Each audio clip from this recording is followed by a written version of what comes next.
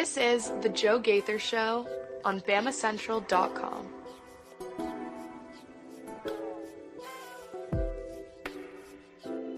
Good afternoon, Tuscaloosa, Internet World, West Alabama. How are you doing today on this wonderful Friday? It is the Joe Gaither Show on Bama Central and BamaCentral.com. You're looking at us on Bama Central. You're looking at us on the Bama Central YouTube channel, on Facebook, on Twitter.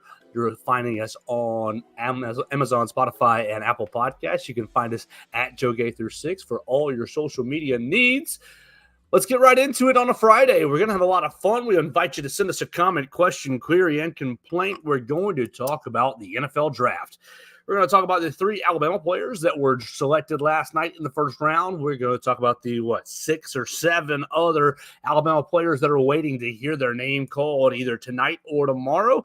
We'll talk about whether, who landed in good fits and where these other guys can go and so much more, all about the NFL draft last night. So if you got some comments on the NFL draft or some thoughts on the Denver Broncos taking former Auburn quarterback Bo Nix, oh my gosh, I was laughing in my living room chair at that. But maybe Sean Payton can turn him into something. But we're going to talk mostly about the Alabama guys. So if you got any comments on the NFL draft, you can find us at Joe Gaither 6 for all your comments, questions, queries, and complaints on Facebook, Twitter, and YouTube. But let's get it going with the first Alabama guy that was drafted. And I talked about it earlier in the week, J.C. Latham being the most intriguing prospect for me because his variance was so high. His variance was as high as number 5 with the Los Angeles Chargers and really deep into the 20s, just kind of depending on how these tackles went. But J.C. Latham was drafted number 7 overall and was the first Alabama player taken. He was passed over by the Chargers. The Chargers ended up taking Joe Alt to play right tackle out there in Los Angeles. But JC gets drafted by the Titans at number 7, and this is going to end up being, I think, a really, really strong pick for the Titans. I think that what you saw last night was obviously a massive desperation move by a lot of these teams for quarterbacks. Oh, we got to move up and draft J.J. McCarthy. Oh, we got to draft Bo Nix. And okay, even before that, you had Michael Penix right behind, right behind the J.C. Latham pick. Basically, these quarterbacks pushed these good players down. Caleb Williams, Drake May, and Jaden Daniels right off the bat pushed a lot of these great players, these blue chip players, down the board. And so the Tennessee Titans become the beneficiary of that. And their left side of their offensive line, oh, man, it looks really, really impressive at this point. You look at the Titans, and I know maybe you're not an NFL fan, and that's what we're here for. They drafted Peter Skoronski last year. Peter Skoronski's out of Iowa, wasn't he? Let me double-check that. Was he out of Iowa? Northwestern, another Big Ten school. They drafted Peter Skoronski last year in the first round to play left guard. What was that? The 11th overall pick. Wow, so major investment back-to-back years. Drafting Skoronski at 11 and J.C. Latham at 7. So your man Will Levis is going to have a lot of protection, whether you're a Will Levis fan or not. Coffee in your mayonnaise. They ended up going out and signing Tony Pollard, so he's going to have a pretty solid left side of his line. Obviously, you got Lloyd Cushenberry, Daniel Brunskill, and Dylan Radunes as the other guys on the offensive line. And you'll see if the Tennessee Titans continue to address that throughout the rest of the draft. They got a new head coach in Brian Callahan as they're trying to get over the hump. They had it rolling under Mike Vrabel for a little bit of time, but you know how Windows go in the NFL.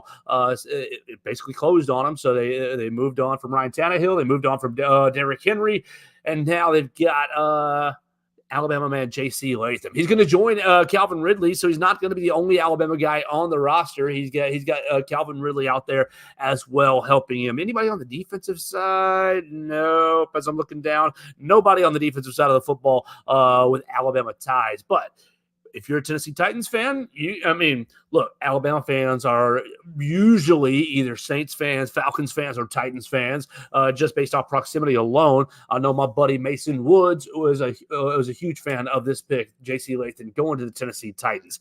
Look, he's going to get paid.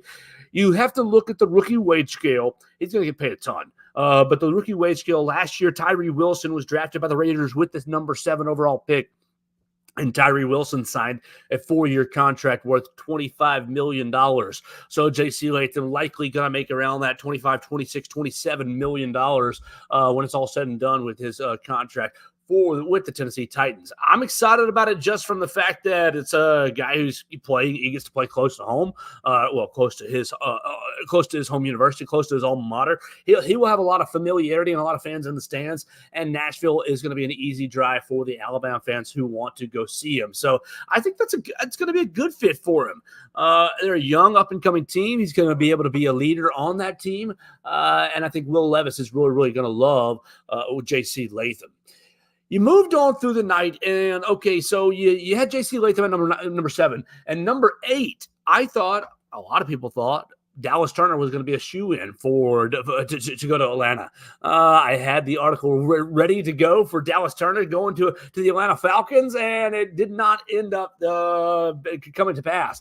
The Atlanta Falcons going with Michael Penix, surprising us all. And there's a lot of debate around this pick, around Michael Penix. I mean, you've got a guy who obviously had a lot of success throwing the football last year. I don't know how much of that success was due to Kalen DeBoer and due to Roma Dunes and due to the rest of the Washington skill sets.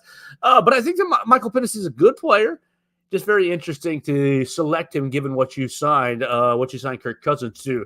But what that kicked off was a bit of a slide for Dallas Turner. Look, my Chicago Bears were right there at number 9, and I thought, okay, they're in play here, but they went ahead and did the conventional thing and took Roma Dunes. A lot of people were wanting the Bears to pair up the wide receiver and the quarterback, Caleb Williams and Roma Dunes. Those guys have seemed to gel together in this offseason during the pre-draft process. So a lot of people wanted the Bears to kind of complete that and make that connection come to fruition at the professional level. But really, you're kicking off a bit of a slide. And let's see. Yeah, that's what I wanted right there. Bam, bam, bam. Yeah, and so from there, the Vikings moved up because they wanted a quarterback as well. And the slide is continuing. Basically, you go 14 offensive players in a row. And, I mean, obviously it's an offensive-driven league, but you're looking at good defensive players like Byron Murphy and Dallas Turner just falling. And so what ends up happening is Minnesota is seeing Dallas fall. If it goes to, Denver takes Bo Nix, the Raiders take Brock Bowers, good pick for you, Raiders. The Saints end up taking a tackle. They're needy for a tackle. The Colts end up taking an edge rusher, but it's not Dallas Turner. The Colts, give credit. The Colts finally bucked the trend and took the first defensive player in the draft. But by that time, you had one defensive player go, Laiatu Latu from UCLA, and then Byron Murphy went, the guy who I really liked, and I wanted the Bears to trade back for. But then Minnesota basically sees, okay, the defensive players have started to go, and you got to give them a lot of credit. They're in a point where they're rebuilding. Yes, you see them take the quarterback with their first pick, J.J. McCarthy, and I don't know quite how that's going to work out. He's got massively mixed reviews. But Dallas Turner's hanging out right there, and the Minnesota Vikings just watched Danielle Hunter walk out of their building. And Danielle Hunter's been a mainstay as their edge rusher, their premier edge rusher in Minnesota for many, many years. So you see Dallas Turner's falling. They see the defensive run player starting, and boom, they move up from 23 to 17. Not that many picks, but they jump up 23 to 17, and they take Dallas Turner. Dallas Turner became the 3rd defensive player taken on the night, the 2nd overall edge rusher. And goodness gracious, why you got to do this to me, Minnesota? I mean, I'm a Bears fan. Now, why you got to put Dallas Turner in our division? Dallas Turner's going to end up being a pretty good player it's Kevin O'Connell, right? For Kevin O'Connell, yeah, Kevin O'Connell and Brian Flores is their defensive coordinator. He's got a huge pressure package. Very well known for bringing the blitz and turning up the heat on opposing quarterbacks.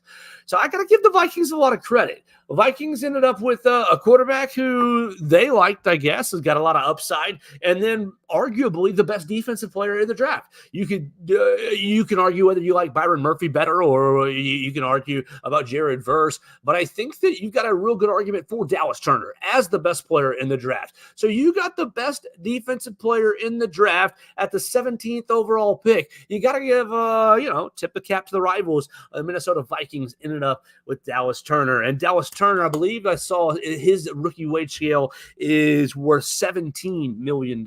So it's going to be in that $17, $18 million range for Dallas Turner. He becomes a wealthy man. And then lastly, for Alabama, Terrion Arnold. Terrion Arnold comes at pick number 24. Who was pick number 24 of last year? Pick number 22 NFL draft. So let's find out how much money Terrion Arnold made. Let's see. Oh, goodness gracious. Never mind. Terrion Arnold made a lot of money. 2023 NFL draft pick 24. That's what I wanted right there.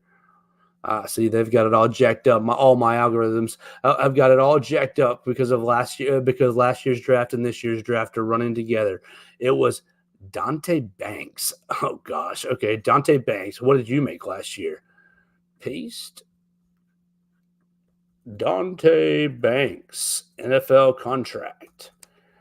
$13.5 million. So that's what Terrion Arnold is scheduled to make, basically. Terrion Arnold got picked with 24 with the Detroit Lions. And you got to look, another NFC North win. That's I think the Bears had a great draft. I feel really good about the first round. But you do look at the rivals and you see Terrion Arnold going to the Detroit Lions, and you see Dallas Turner going to the Minnesota Vikings, and you kind of hate that from a personal standpoint. But from a football standpoint and from an organizational standpoint, the Detroit Lions might have got the biggest win of the night, just as far as like memory goes. Look, the draft is in Detroit, and they're picking late because they had a good season for the first time ever last year. They got to the NFC title game, so they're drafting late, and their fans are there. They're packed in. They've got a pretty good environment going, and everybody's cheering, rah rah, and boom. You see the corner starting to fall. And look, cornerback is a premier position in this league. So very surprising to me the way that the offensive line, the way the quarterbacks, and the way the wide receivers really drove the value down of the edge rushers and the cornerbacks this year. So the corners are starting to fall. You see Quinyon Mitchell gets drafted by the Philadelphia Eagles, and okay, you see the Green Bay Packers are sitting right there, and maybe the Packers would have taken Jordan Morgan anyways had things fallen to them. But Detroit, the cornerback is a position of need for Green Bay as well. So Detroit, knowing that, our rival Green Bay also needs a cornerback, they jump up in front of Green Bay. They jump up to 24, and they draft Terrion Arnold, making Terrion the third Alabama player taken in the draft, making Terrion Arnold. How many corners went ahead of Terrion? Was it just Quinyon Mitchell? Eagles, Quinyon Mitchell, Brian Thomas, Terrion Arnold. Yeah, so just Quinyon Mitchell went ahead of him, cornerback from Toledo, 2 picks ahead of him. But here's why I think that they might have won the whole draft, or at least won the night as far as memory goes. Terrion Arnold, you've watched him.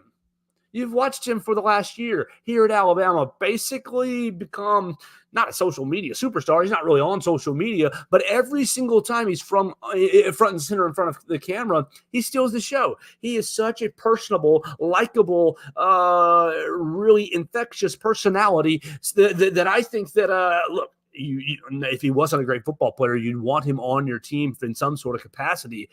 It absolutely helps that he's one of the 2 or 3 best corners in this draft. So he gets drafted. He comes down to the green room and basically goes from there to turning up with the crowd, celebrating with the crowd, and basically using all of, letting his personality be himself with the fans.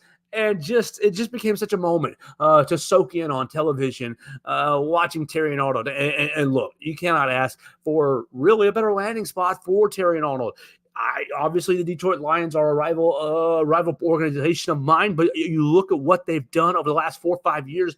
They have really put a lot of pieces in place to where they're drafting well, they're scouting well, and they're making they're making the most important things the most important things. The work, the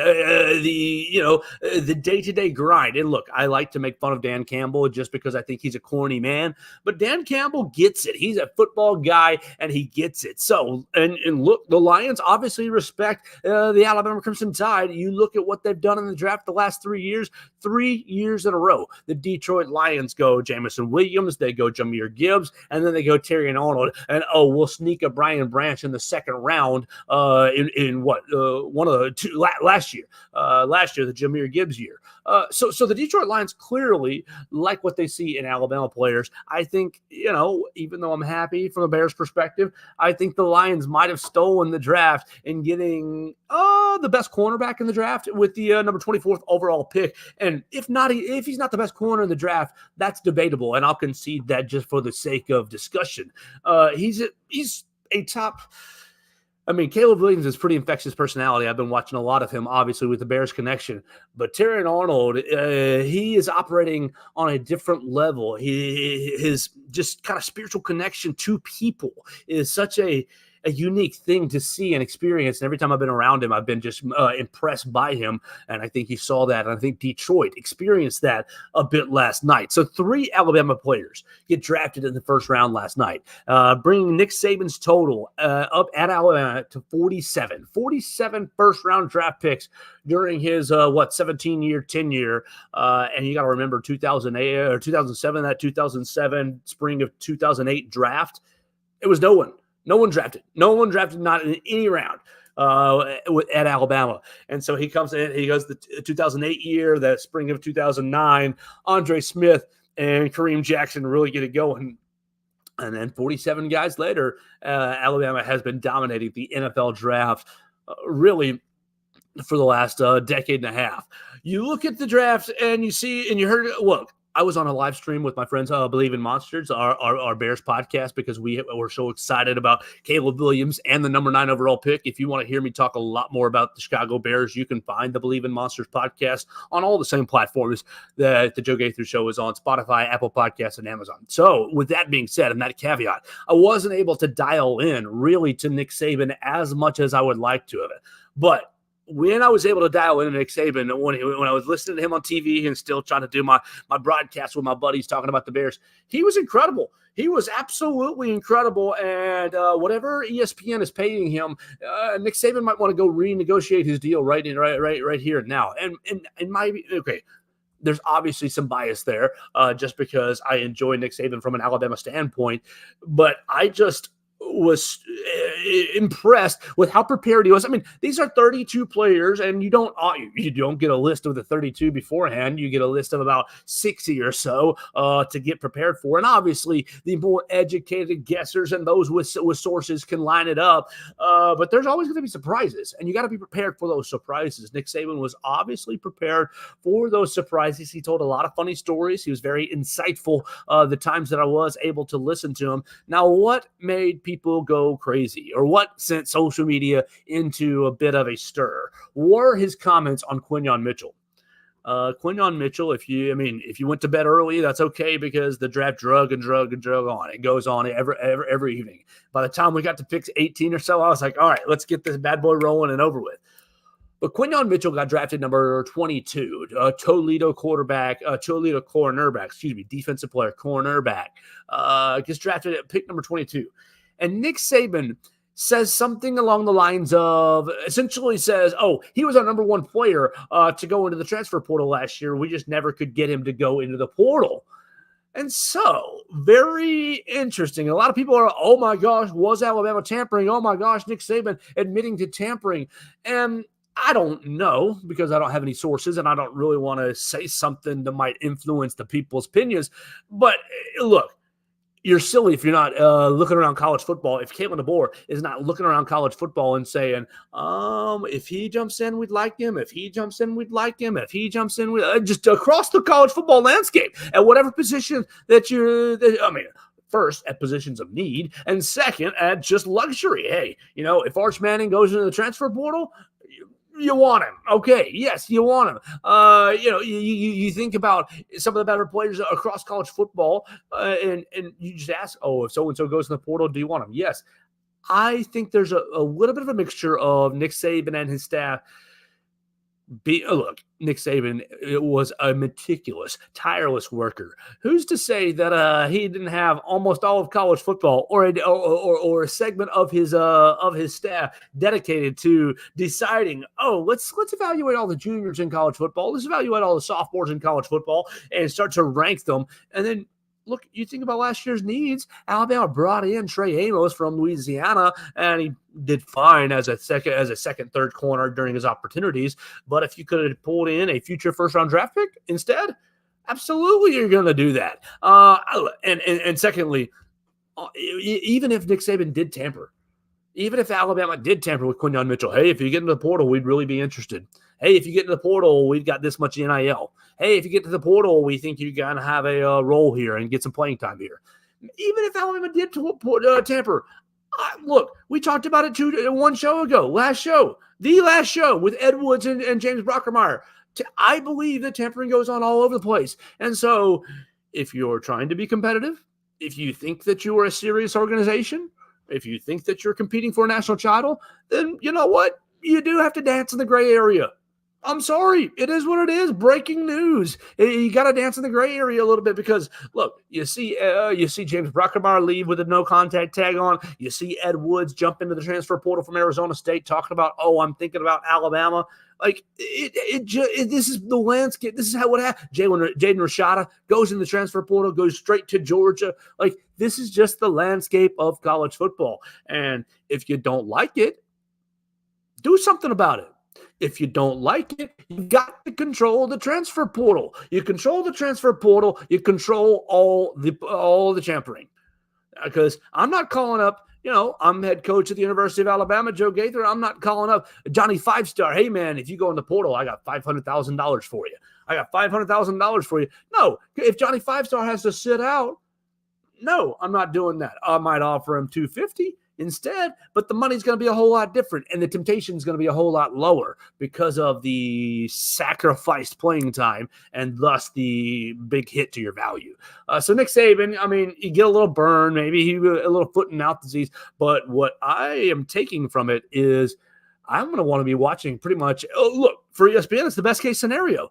Anytime Nick Saban speaks, I want to be listening because you might never know, or you never know when you're going to get inside just little nuggets from this year at Alabama or that year at Alabama. He's going to be telling stories like this on TV for the next however long he wants to do it. And so whenever Nick Saban's going to be on TV, you're going to be wanting to pay attention because you never know when you can take a little bit more information and get a little bit more insight on the program. Let's talk about the guys who haven't been drafted. We've got, 3, 6, 7. I've got 7 guys on my list who haven't been drafted, and we'll talk about what their prospects are. Just a reminder, this is the Joe Gaither Show. You're watching us on Spotify, or you're listening to us on Spotify, Apple Podcasts, and on Amazon. You're watching us on YouTube, Facebook, and Twitter. On Wednesday night, I was over at Druid City Music Hall and had a great time watching Hotel Fiction and watching The Brook and the Bluff. So I want to encourage you guys to check out Druid City Music Hall. Anytime that they're having concerts, you're going to find the next up-and-coming artists, and it is a great little spot to watch a concert. So that's what I was doing on Wednesday. Check out Druid City Music Hall at druidcitymusic.com. You got 7 guys who have not been drafted, and one kind of a surprise. The rest is, is right in line. All right, let's go with the surprise first. Kool-Aid McKinstry did not get drafted.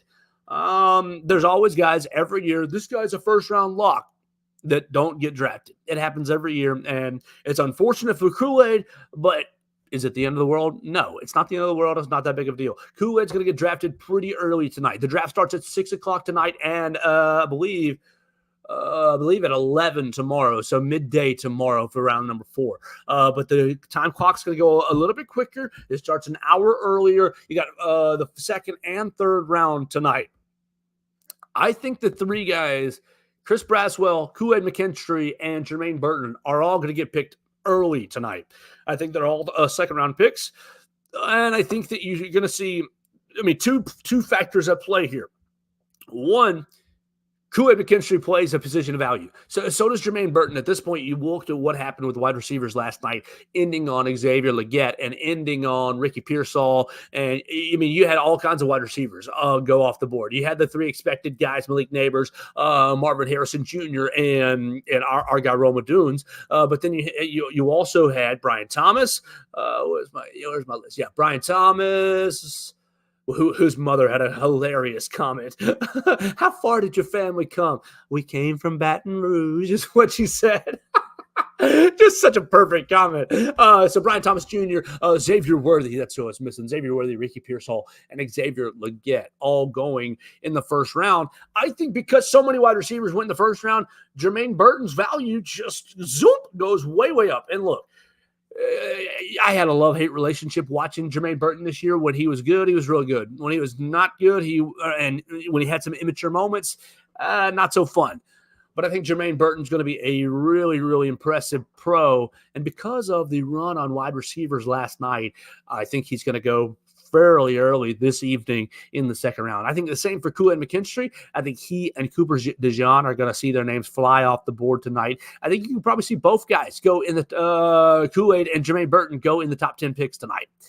So you're going to probably want to be around your television in between 6 and 7:15 to see those guys get picked. And Chris Braswell is going to be the interesting one because how much, I mean, the offensive players ahead in the first round push the defensive players down the board. Chris Braswell was already considered really a second, third round pick going into the draft process. With the positional value kind of shuffling defensive personnel down the board, will Chris Braswell struggle to get picked tonight? Will he see himself fall all the way through the second round and into the third round? Look, if he goes third round, that's still going to be really good for him.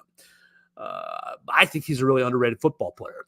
I think that people look at him and they want to see more pass rushing ability, but I think that what you've got in him is a really solid player who can play, defense for you for 8 to 10 years and man your edge, play against the run and the pass.